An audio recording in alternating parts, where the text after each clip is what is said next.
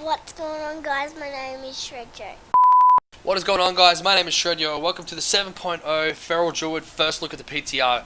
Now, being that we're on PTR still, some of these stuff is subject to change. I feel like most of it is pretty much set now.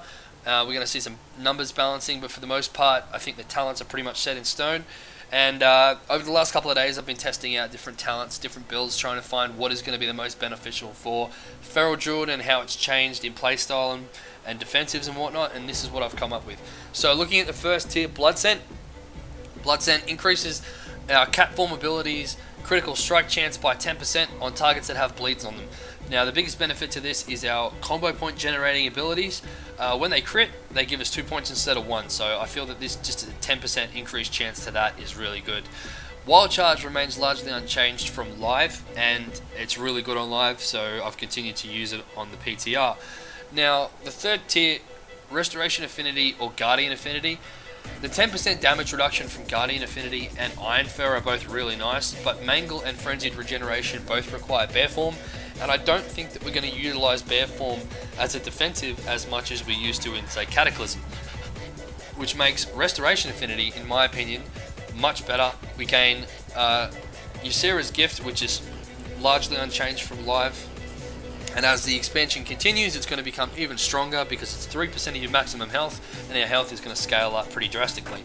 We also get Rejuvenation, Regrowth, and Swift Mend. Swift Mend has a 30-second cooldown and as an instant cast heal. Regrowth has a short cast time and leaves a small hot on us afterwards. And Rejuvenation, again, is an instant cast that applies a hot to the target. Now, all three of these abilities take us out of cat form because Claws of the Sylvaris has been removed from the game. So anybody who played Feral Druid pre-mop is going to understand how you're going to need to utilize kiting and healing together rather than kind of just standing out in the open and hard casting heals, because it's going to take us out of cat form, and out of cat form we're more susceptible to damage and CC. Now on the fourth tier, Mighty Bash is still the best option in my opinion. I feel like Typhoon could be used in certain circumstances, but Mighty Bash being unchanged, 50-second cooldown, a 5-second hard stun used in all forms is just too good. Now the next tier is where I feel that it's going to divide the feral community pretty drastically. There's Incarnation and Savage Roar. Now Savage Roar is what I've chosen to go with, which seems to favour largely a bleed based style of play, which involves a lot of kiting. Is going to increase all of your damage by 30%, which I think if you can maintain this buff, it's going to end up equaling substantially more damage. Incarnation, the only change that it's seen really is that it's rolled Berserk into the ability as well, increasing our energy by 50 and reducing the cost of our energy costing abilities by 50% while it's active for 30 seconds. Still on a 3-minute cooldown, still lasts for 30 seconds. But again, I feel that Savage Roar just overall wins out, and it certainly favours my style of playing Feral Druid a lot more than, say, Incarn does. Now on the 90 tier, Alun's Guidance really plays into both Savage Roar and Blood Talons, but I'll get into that later. Alun's Guidance is a 45-second cooldown and it generates 10 combo points all up, 5 combo points immediately when you use the ability, and once you spend those 5 combo points, it generates an additional 1 combo point every second for 5 seconds. So this is going to play into a really strong opener using Savage Roar. Now finally, the level 100 talent is Blood Talons. Blood Talons again remains largely unchanged from live.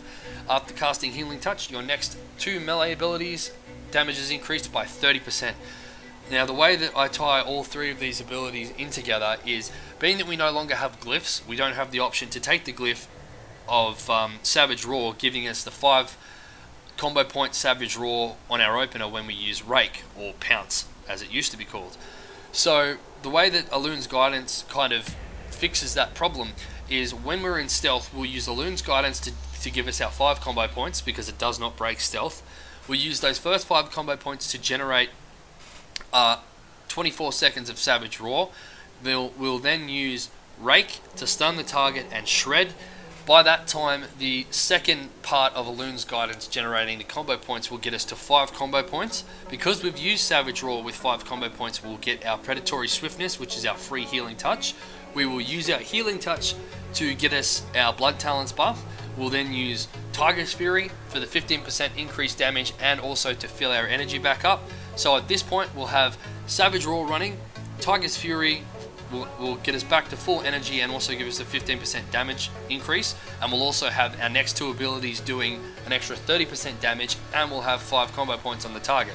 It's at that point that we can throw a fully empowered Rip and an empowered Rake on the target, which will then also give us another 5 combo points being spent on the Rip to use another Predatory Swiftness Healing Touch, which will give us another 2 Blood Talons. So you can see it's an incredibly strong opener, which empowers both our Rip and our Rake in the first probably 5 or 10 seconds of combat, and during that time, a large portion of that time, our target is going to be stunned.